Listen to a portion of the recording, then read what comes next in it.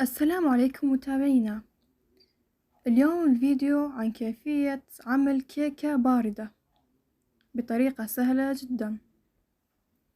تابعوا معنا الطريقة. نضع كوب سكر مع 3 أكواب حليب. الآن احنا رح نسوي الكريمة. طبعا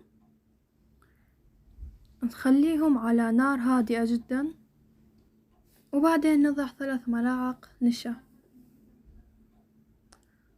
نخلطهن، وملعقتين دقيق، ونضع تقريبا ملعقة نسكافيه.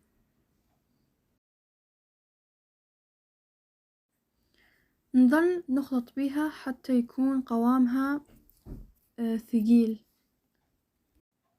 يعني يصير شكلها مثل شكل الكريمة، مثل هذا الشكل بالضبط. والآن راح نجيب هذا البسكت يباع في كل مكان، ونحط البسكت مثل هذا الشكل، ونحط فوقه الكريمة اللي نحن سويناها.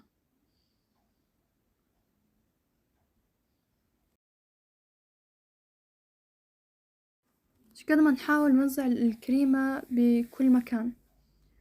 راح نحط أيضا طبقة بسكت فوق الطبقة مال الكريمة،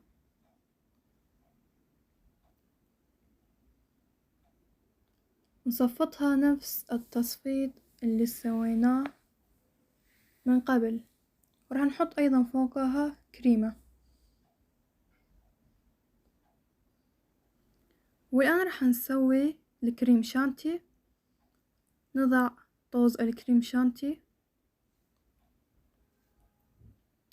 ونحط نصف كوب حليب، وطبعا ما ننسى النسكافيه. والآن راح نبدأ نخلط بيه إلى أن يكون قوامه ثقيل، يعني حتى يصير كريمة. هذا هو الشكل. وبعدين راح نحط كريمة الشانتي فوق الكريمة اللي حطيناها، نوزعها بهذا الشكل. بعدين نجيب شوية بسكت نطحنه، يعني لازم يكون طوز. وبعدين راح نرش البسكت مثل ما تشوفون. هذا هو الشكل الأخير. والآن راح نيجي للتزيين. تزيين اختياري، ايش تريدون تحطون عليها حطوا.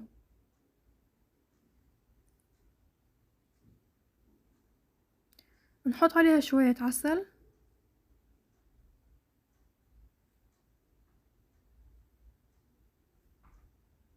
يكون طعمها أطيب.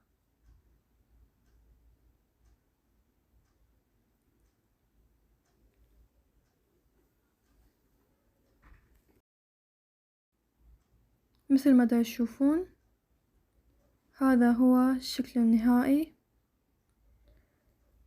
وراح نحطها في الثلاجة تقريبا لمدة 3 ساعات. وهذا هو شكلها بعد أن حطيناها بالثلاجة لمدة 3 ساعات.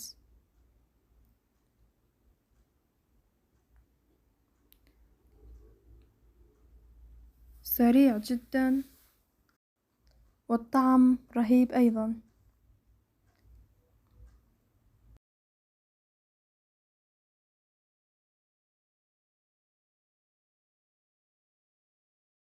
لا تنسوا الاشتراك في القناة ووضع اللايك وتفعيل الجرس. شكرا للمشاهدة.